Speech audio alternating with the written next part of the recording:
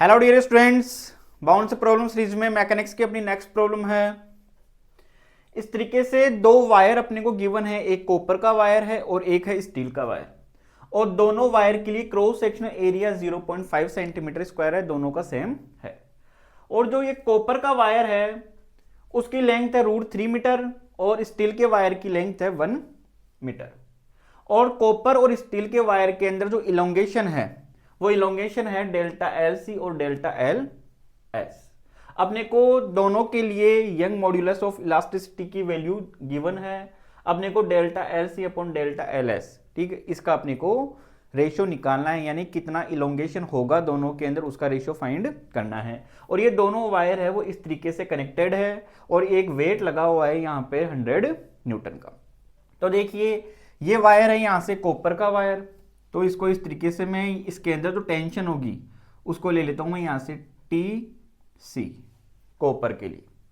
और इधर वाला जो वायर है वो स्टील का है, तो इसको ये मान लेता हूं मैं टी एस। ये एंगल यहाँ से 60 डिग्री है, तो ये भी कितना हुआ यहाँ से 60 डिग्री। ये 30 डिग्री है, तो ये भी 30 डिग्री हो गया।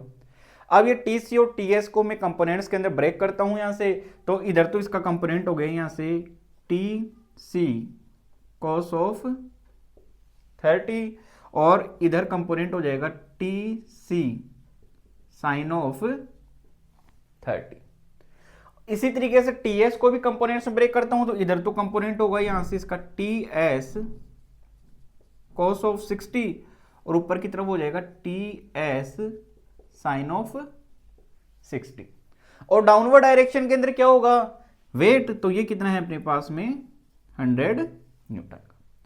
अब यहां पे इक्विलिब्रियम की कंडीशन अपन लगा सकते हैं, तो हॉरिजॉन्टल डायरेक्शन के अंदर जो फोर्स लग रहे हैं ऑपोजिट में, ठीक है, उनको इक्वेट कर देता हूं मैं, तो ये तो निकल के आएगा अपने पास में T C cos of 30 equal to होगा टी एस cos ऑफ 60। तो यहां से ये बन जाएगा टी सी cos 30 की वैल्यू √3/2 और टी एस cos 60 की वैल्यू 1/2, 2 से 2 कैंसिल आउट हुआ, तो यहां से अपने पास में टी एस निकल के आ गया √3 टी सी। इसको इक्वेशन फर्स्ट ले लेता हूं मैं। अब अपवर्ड डायरेक्शन में क्या लग रहा है, एक तो लग रहा है टी सी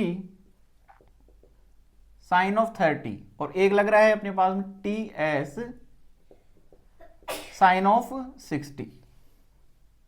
और ये किसके इक्वल होगा यहाँ पे 100 न्यूटन के, तो ये कितना होगा यहाँ पे अपने पास में 100।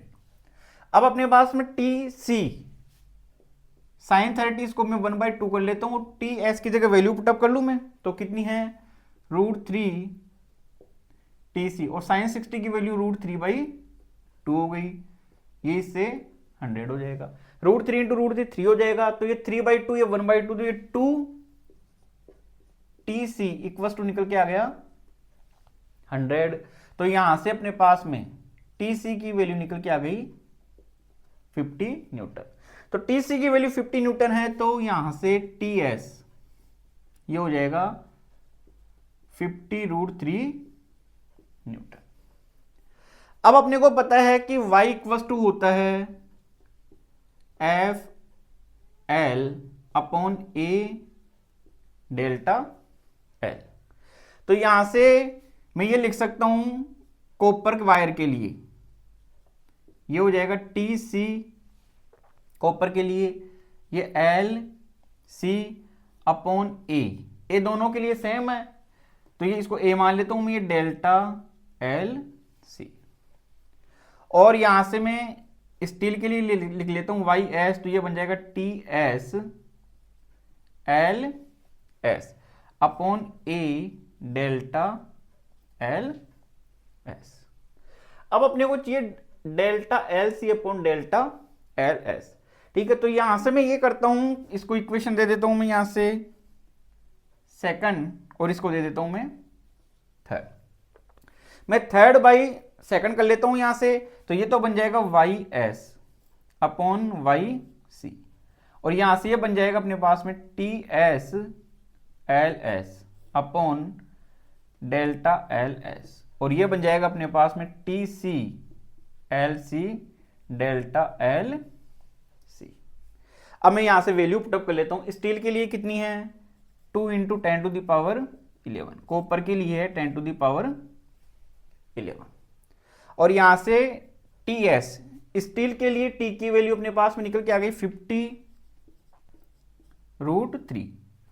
ये कितना है अपने पास एल एस, यानी स्टील की लेंथ वो कितनी है 1 मीटर। यहां से टीसी, टीसी अपने पास में कितना आ गया 50 इनटू ये है एल सी, कॉपर के लिए लेंथ वो कितनी है √3। तो ये यहां से अपने पास में बच जाएगा delta L C upon delta L S. ये कैंसिल आउट हो गया, यहां से ये कैंसिल आउट हुआ। इसका mean delta L C upon delta L S, इसकी वैल्यू अपने पास में निकल के आ गई